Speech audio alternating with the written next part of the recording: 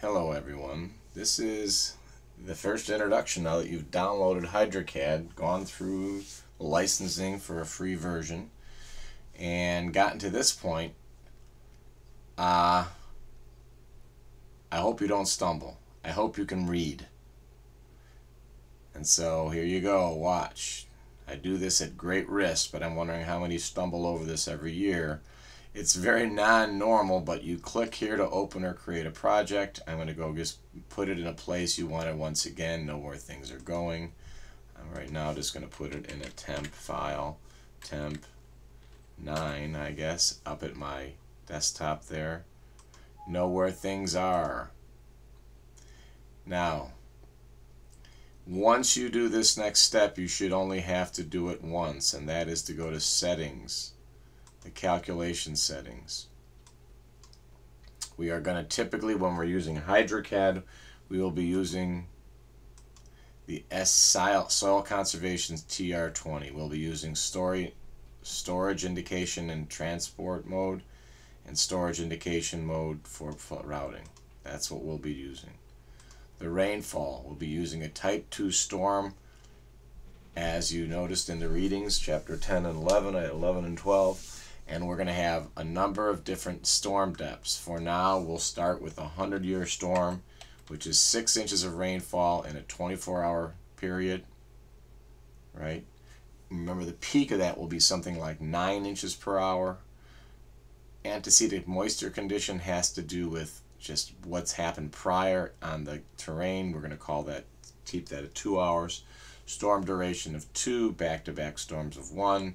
And we're going to actually go ahead and view the storm and notice what it gives us. It gives us an intensity graph, and it gives us a depth graph. It gives us it in table. You want to do this, and you see along the side here all the different forms. If you want to do this by hand, you're welcome. I would really recommend you getting to know Hydrocad. I am going to now close that out. We're going to give this a name. That name, we're going to keep these names consistent. 100-YR. Keep it consistent from computer to computer. It's going to make things a lot easier when we do these imports and etc. Hit a save there. Apply. OK. That setting should hold, but you can go away right away and go to calculation once again. Go to rainfall. Now say 4.8 inches. This is going to be locality based, and we're going to call that now I believe it is a 25 year. I'm going to save that, apply, OK. And so as we now do our forms here over time, we actually may want to do these in a different order. So we have 100 year, 50 year, 25 year, 10 year, 5 year, 2 year, 1 year. And those are the recurrence interval. A 25-year storm based on history, not probably reality. A 25-year storm has a 4% chance of occurring in any given year. Just to finish this quick intro out, we define our sub-catchments or drainage areas. We pull them out. We stick them here. We right-click. We edit. We give it a name. Example 1. We give it an area, not knowing whether we have large areas or small areas. Large areas, I would recommend you do your areas by acres. We make an area, we double click in here, 1.0 acre. We can choose our curve number. We're doing an example.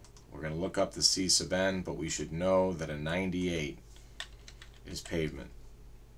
We can hit apply and hit OK. Right click, we have given it the area. We now have to go to the definition. If you remember the time it takes for the rainfall to come from the farthest point in the basin to the point of interest. I am going to now, once again, I'm going to edit my TC here. We're going to use direct entry to start, and later on we'll do the calculation. Time of concentration, we never use less than 5 minutes. Give a description here, temp. I hit OK, 5 minutes. It's not a floating point, so it has to be 5.0. OK. Edit. notes as you would, general as you would. Okay, all you've got to do now is hit a right click and node report. And you see that at a 4.8 inch rainfall, the 25-year, you will get a peak out of a parking lot of 1 acre at 6.9 CFS. Really, we're not going to use that so much, so now let's go ahead and change it to the 100-year. Right click, node report, and you see you get up around that 9 CFS that we'll see when we do another set of methods. That's about as much as it takes, with some small nuances of weighted average and then velocity time calculations, to define a subcatchment or a drainage basin. That's why I have you download this program. Once again, I'll say you're welcome to do this all by hand, but you won't be very efficient, and you'll be struggling with some of the basics and avoiding the nuance of stormwater management. Thanks for listening.